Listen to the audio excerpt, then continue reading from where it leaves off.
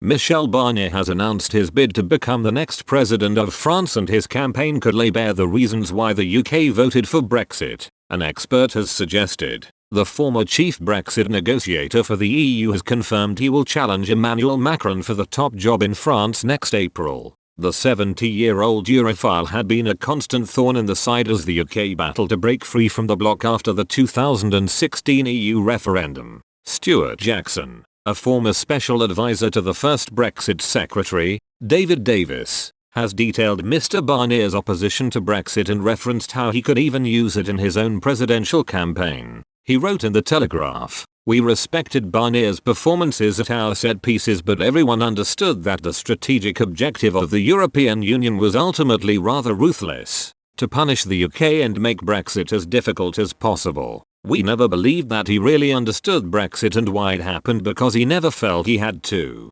That's not to say there were no missteps. The regular meetings with hardcore Remainers didn't help the EU's cause, and his time as EU Regional Affairs Commissioner convinced Barnier that he was an expert on Northern Ireland and her history and political culture. He wasn't and risked more than he knew with his pontifications." Mr. Jackson also pointed to a note made in Mr. Barnier's Brexit memoir, Grand Illusion, where the Frenchman indicated he would take a keen interest in border control and sovereignty, two cornerstones of the argument put forward by Brexiteers. Mr. Jackson wrote, "The final pages of Barnier's Brexit memoir, Grand Illusion, give us a clue to the philosophy and ideology of this complex character. He believes that he can be both a French patriot and a good European, and yet, those of us who campaigned for British national sovereignty and parliamentary self-determination at the 2016 EU referendum will give a wry smile at Barnier's presidential election program, tough on immigration, and to restore the authority of the state."